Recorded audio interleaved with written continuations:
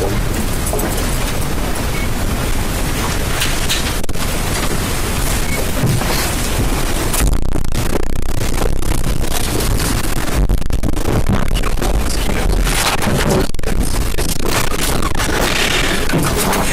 you for joining us this morning. Last night, on President Trump's orders, U.S. Central Command conducted a precision strike in the middle of the night against 3 nuclear facilities in Iran, Fordo, Natanz, and Isfahan, in order to destroy or severely degrade Iran's nuclear program. And as the chairman of the Joint Chiefs will demonstrate, it was an incredible and overwhelming success. The order we received from our commander-in-chief was focused, it was powerful, and it was clear. We devastated the Iranian nuclear program. But it's worth noting the operation did not target Iranian troops or the Iranian people. For the entirety of his time in office, President Trump has consistently stated for over 10 years that Iran must not get a nuclear weapon. Full stop. Thanks to President's visionary leadership and his commitment to peace through strength, Iran's nuclear ambitions have been obliterated. Many presidents have dreamed of delivering the final blow to Iran's nuclear program, and none could until President Trump.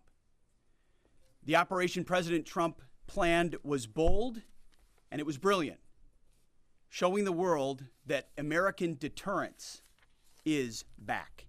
When this president speaks, the world should listen. And the U.S. military, we can back it up. The most powerful military the world has ever known. No other country on planet Earth could have conducted the operation that the chairman is going to outline this morning. Not even close. Just like Soleimani found out in the first term, Iran found out when POTUS says 60 days that he seeks peace and negotiation, he means 60 days of peace and negotiation. Otherwise, that nuclear program, that nuclear capability will not exist. He meant it. This is not the previous administration. The President Trump said no nukes. He seeks peace, and Iran should take that path. He sent out a truth last night saying this: any retaliation by Iran against the United States of America will be met with force far greater than what was witnessed tonight. Signed, the President of the United States, Donald J. Trump. Iran would be smart to heed those words. He's said it before, and he means it. I want to give recognition to the Chairman of the Joint Chiefs of Staff, the Joint Staff, General Eric Kurilla at CENTCOM, who did a phenomenal job, he and his staff, all of CENTCOM. Policy, across the board, this was a joint effort, and across the Pentagon effort. I want to recognize the pilots who flew those bombers, who flew those fighters, who flew those refuelers, warriors. I want to recognize the sailors on those destroyers, in those subs, on those carriers, warriors, all of them. I want to recognize our soldiers doing air defense, base defense, QRF, warriors, all of them. Every American involved in this operation performed flawlessly. And I want to give recognition to our allies in Israel as well. This is a plan that took months and weeks of positioning and preparation so that we could be ready when the President of the United States called. It took a great deal of precision. It involved misdirection and the highest of operational security.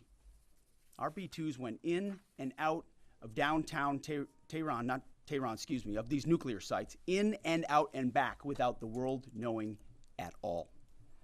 In that way, it was historic. A strike that included the longest B-2 Spirit bomber mission since 2001 and the first operational employment of the MOP, a massive ordnance penetrator. The mission demonstrated to the world the level of joint and allied integration that speak to the strength of our alliance and our joint forces. As President Trump has stated, the United States does not seek war, but let me be clear. We will act swiftly and decisively when our people, our partners, or our interests are threatened. Iran should listen to the President of the United States and know that he means it, every word. I want to give congratulations to our Commander-in-Chief. It was an honor to watch him lead last night and throughout, and to our great American warriors on this successful operation. God bless our troops. God bless America. And we give glory to God for his providence and continue to ask for his protection. I turn it over now to the chairman for specifics. Thank you, Mr. Secretary. Thanks for recognizing all of our folks out there doing our nation's work, and nice to see everybody on this early Sunday morning. Last night, on the President's orders, U.S. Central Command, under the command of General Eric Kurilla, executed Operation Midnight Hammer, a deliberate and precise strike against 3 Iranian nuclear facilities. This was a complex and high-risk mission carried out with exceptional skill and discipline by our joint force. I want to thank every service member, planner, operator that made this mission possible. Their actions reflect the highest standards of the United States Armed Forces. This operation was designed to severely degrade Iran's nuclear weapons infrastructure. It was planned and executed across multiple domains and theaters with coordination that reflects our ability to project power globally with speed and precision at the time and place of our nation's choosing. This was a highly classified mission with very few people in Washington knowing the timing or nature of this plan. I'll refer you to the graphic on the side as I walk you through some of the operational details. At midnight Friday into Saturday morning, a large B-2 strike package comprised of bombers launched from the continental United States. As part of the plan to maintain tactical surprise, part of the package proceeded to the west and into the Pacific as a decoy, a deception effort known only to an extremely small number of planners and key leaders here in Washington and in Tampa. The main strike package, comprised of 7 B-2 Spirit bombers, each with 2 crew members, proceeded quietly to the east with minimal communications. Throughout the 18-hour flight into the target area, the aircraft completed multiple in-flight refuelings. Once over land, the B-2s linked up with escort and support aircraft in a complex, tightly timed maneuver requiring exact synchronization across multiple platforms in a narrow piece of airspace, all done with minimal communications. This type of integration is exactly what our joint force does better than anyone else in the world. At approximately 5 p.m. Eastern Standard Time last night, and just prior to the strike package entering Iran, a U.S. submarine in the Central Command area of responsibility launched more than 24 Tomahawk land attack cruise missiles against key surface infrastructure targets at Esfahan. As the Operation Midnight Hammer strike package entered Iranian airspace, the U.S. employed several deception tactics, including decoys, as the 4th and 5th generation aircraft pushed out in front of the strike package at high altitude and high speed, sweeping in front of the package for enemy fighters and surface-to-air missile threats. The strike package was supported by U.S. Strategic Command, U.S. Transportation Command, U.S. Cyber Command, U.S. Space Command, U.S. Space Force, and U.S. European Command. As the strike package approached Fordow and Natanz, the U.S. protection package employed high-speed suppression weapons to ensure safe passage of the strike package, with fighter assets employing preemptive suppressing fires against any potential Iranian surface-to-air threats. We are currently unaware of any shots fired at the U.S. strike package on the way in. At approximately 6:40 p.m. Eastern Standard Time, 2:10 a.m. Iran time, the lead B-2 dropped 2 GBU-57 massive ordnance penetrator weapons on the first of several aim points at Fordo. As the president stated last night, the remaining bombers then hit their targets as well, with a total of 14 MOPs dropped against 2 nuclear target areas. All 3 Iranian nuclear infrastructure targets were struck between 6:40 p.m. and 7:05 p.m. Eastern Time. Again, that's about 2:10 in the morning local time in Iran, with the Tomahawk missiles being the last to strike at Esfahan to ensure we retain the element of surprise throughout the operation. Following weapons release, the Midnight Hammer strike package exited Iranian airspace and the package began its return home. We are unaware of any shots fired at the package on the way out. Iran's fighters did not fly, and it appears that Iran's surface-to-air missile systems did not see us. Throughout the mission, we retained the element of surprise. In total, U.S. forces employed approximately 75 precision-guided weapons during this operation. This included, as the president stated last night, 14 30,000-pound GBU-57 massive ordnance penetrators, marking the first ever operational use of this weapon. I know that battle damage is of great interest. Final battle damage will take some time, but initial battle damage assessments indicate that all 3 sites sustained extremely severe damage and destruction. More than 125 U.S. aircraft participated in this mission, including B-2 stealth bombers, multiple flights of 4th and 5th generation fighters, dozens and dozens of air refueling tankers, a guided missile submarine, and a full array of intelligence, surveillance, and reconnaissance aircraft, as well as hundreds of maintenance and operational professionals. As the Secretary said, this was the largest B-2 operational strike in U.S. history and the second longest B-2 mission ever flown, exceeded only by those in the days following 9/11. Well prior to the strike, General Kurilla elevated force protection measures across the region, especially in Iraq, Syria, and the Gulf. Our forces remain on high alert and are fully postured to respond to any Iranian retaliation or proxy attacks, which would be an incredibly poor choice. We will defend ourselves. The safety of our service members and civilians remains our highest priority. This mission demonstrates the unmatched reach, coordination, and capability of the United States military. In just a matter of weeks, this went from strategic planning to global execution. This operation underscores the unmatched capabilities and global reach of the United States military. As the president clearly said last night, no other military in the world could have done this.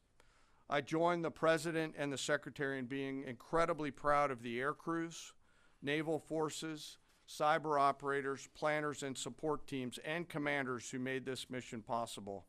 It is their skill, discipline, and teamwork that makes this operation possible. I am particularly proud of our discipline related to operational security, something that was of great concern to the President, the Secretary, General Kurilla, and me, and we will continue to focus on this. As we stand here this morning, many assets are still airborne, and we have hundreds deployed. I ask that we keep our warfighters on their way home and our deployed service member in our thoughts. Our joint force remains ready to defend the United States, our troops, and our interests in the region. Thank you very much. We will take a few questions, Phil. Me? Yeah. So, is regime change off the table, Mr. Secretary? And to the chairman, you said the battle damage assessment is still ongoing, but do you believe that some nuclear capability in Iran remains? This mission was not and has not been about regime change. The president authorized a precision operation to neutralize the threats to our national interests posed by the Iranian nuclear program and the collective self-defense of our troops and our ally Israel. Thanks for your question. I think BDA is still pending, and it would be way too early for me to comment on what may or may not still be there. But thanks for the question. Green. No, behind you. Excuse me, Mr. Secretary, can you tell me, was there a particular moment when the president decided to pull the trigger on this operation where he said, now, rather than being, something in the holster, now we're going to pull the trigger on it? I would just say, having the opportunity to witness his leadership, he was fully committed to the peace process. Wanted a negotiated outcome, gave Iran every single opportunity, and unfortunately was met by stonewalling, which is why he gave them plenty of time to continue to come to the table and give up enrichment, give up the nuclear program. But there was I won't say the particular moment, there was certainly a moment in time where he realized that it had to be a certain action taken in order to minimize the threat to us and our troops. Yeah. General, you say that General Kurilla increased force protection in Iraq, Syria, and Gulf, in those areas. Were they given any advance warning the attacks were coming? And also, Mr. Secretary, when were congressional leaders notified? How long before the attacks took place? Sir, to your first question, the risk has clearly been rising over the last few weeks in the region. Based on that, and not a particular awareness of this operation, we've made smart decisions to minimize the risk to U.S. forces in the region. So they were given no advance warning? No, sir. And congressional? They were notified after the planes were safely out. Well, we complied with the notification requirements of the War Powers Act. After the attacks, they were notified? They were immediately thereafter. Yes. Thank you, Secretary. Two quick questions. Do you believe you completely destroyed Iranian nuclear program? And how about Iranian ballistic missiles? Your ally as Israel always saying that is biggest threat. And second question is very important. What will be your next step if Iran or militias under Iranian influence in the region attack U.S. interests or allies in the region? And you can chime in on this too, Mr. Chairman. The battle damage assessment is ongoing, but our initial assessment, as the chairman said, is that all of our precision munitions struck where we wanted them to strike and had the desired effect, which means especially in Fordo, which was the primary target here, we believe we achieved destruction of capabilities there. Ultimately, wherever it may be, whether it's in Iraq or Syria or bases in the Gulf, as the president said, it would be as the chairman said, it would be a very bad idea for Iran or its proxies to attempt to attack American forces. Yes. Thank you, Mr. Secretary. Regarding retaliations, Iran and North Korea are cooperating on nuclear and missile development. Do you think there is a possibility that Iran, North Korea, and the other forces, such as China, will join forces to retaliate against the United States? Well, unfortunately, because of the policies under the previous administration, we drove those countries together, and ultimately that creates a challenging environment. For this particular operation, the focus is on Iran and Iranian nuclear capabilities. That's our focus here, is to not just say that they can't have, but President Trump has said from over 20 years, frankly, Iran cannot have a nuclear weapon.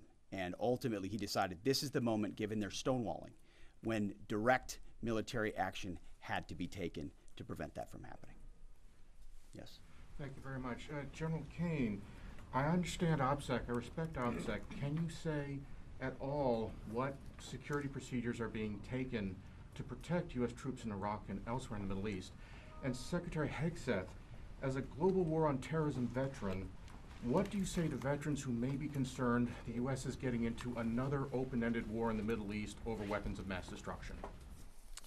Thanks, sir, for the question. I won't comment on what force protection measures are being taken in the region. What I will say is we're being proactive and not reactive, and being very thoughtful about ensuring that we do all that we can to protect our forces out there. And I would just say, as the president has directed and made clear, this is most certainly not open-ended. It doesn't mean it limits our ability to respond. We will respond if necessary. The most powerful military in the world is postured and prepared to defend our people. But what the president gave us, as I said, was a focused, powerful, and clear mission on the destruction of Iranian nuclear capabilities. Those were the targets. That's what was struck. That's what was overwhelming. That's what was overwhelming. That's what the Iranian regime needs to understand, as the president put out last night. He wants peace. There needs to be a negotiated settlement here. We ultimately demonstrated that Iran cannot have a nuclear capability. That is a very clear mission set on this operation. Yes, hold on. Yes, right there. Thank you, Mr. Secretary. Question for the Secretary and the Chairman.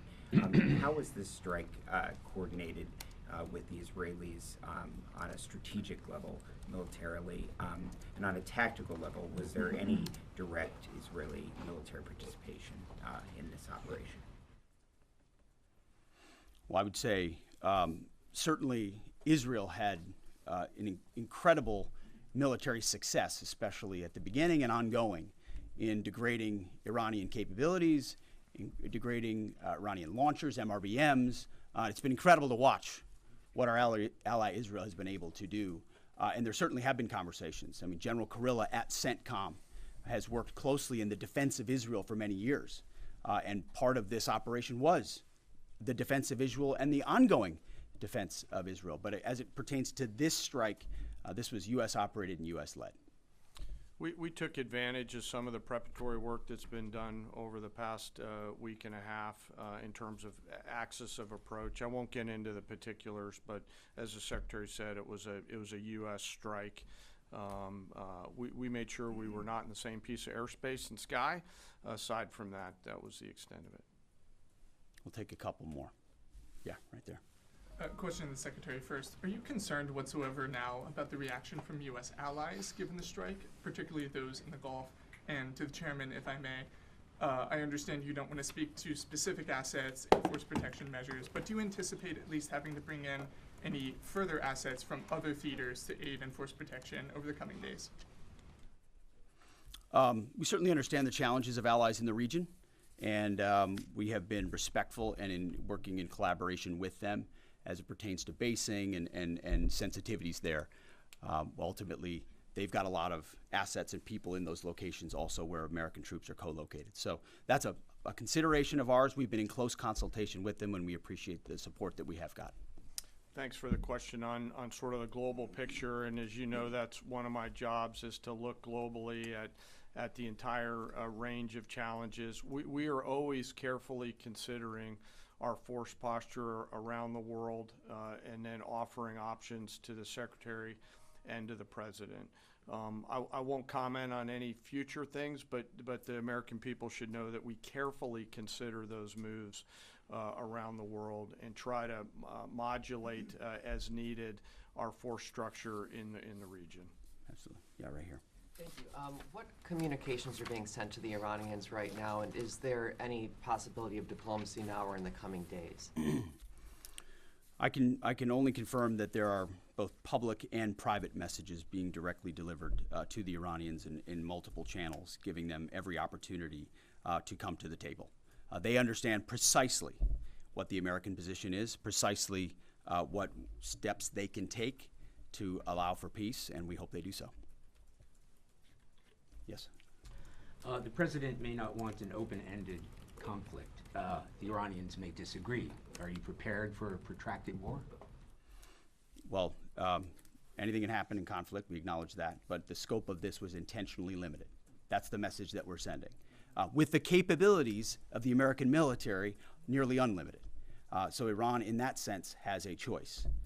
But we've made it very clear to them, this is nuclear sites, this is nuclear capabilities, this is the line that the president set, and we set that back. Now is the time to come forward for peace. But I think one of the takeaways from this as well is the unprecedented level of ongoing cooperation. I can't speak highly enough of the chairman and his staff and General Kurilla in CENTCOM, what they've done to look around the corner, to pre-position, to understand how an operation like this comes together, the scope and scale of what occurred last night would take the breath away of almost any American if you had an opportunity to watch it in real time. And I think Tehran is certainly calculating the reality that planes flew from the middle of America in Missouri overnight, completely undetected over 3 of their most highly sensitive sites, and we were able to destroy nuclear capabilities, and our boys in those bombers are on their way home right now. We believe that'll have a clear psychological impact on how they view the future, and we certainly hope they take the path of negotiated peace. But I could not be more proud of how this building operated, of the precision, the sensitivity, and the professionalism of the troops involved in this effort. I will take one more. We'll take one more question. Yes, right there. Thank you, Mr. Secretary. Concerning the justification for these strikes, in March, the Office of the Director of National Intelligence released their threat assessment, concluding, quote, Iran is not building a nuclear weapon, and Khamenei has not authorized the nuclear programs he suspended in 2003, unquote. So what new intelligence does the U.S. have since then that the Iranians have changed their position on nuclear weapons? And does this new intelligence come from U.S. sources and methods, or are we getting this information from other countries? Well, I would just simply say that the president's made it very clear. He's looked at all of this, all of the intelligence, all of the information, and come to the conclusion that the Iranian nuclear program is a threat, and was willing to take this precision operation to neutralize that threat in order to advance American national interests, reduce the Iranian nuclear program, and obviously collective self-defense of ourselves and our allies. So he looked at all of it, understood the nature of the threat, and took bold action I think the American people would expect in a commander-in-chief. That's all we've got. Thank you very much. Appreciate it. Mr. Chairman. Mr. Chairman, do you have any of the WC-135s up to check for radioactive material in the atmosphere?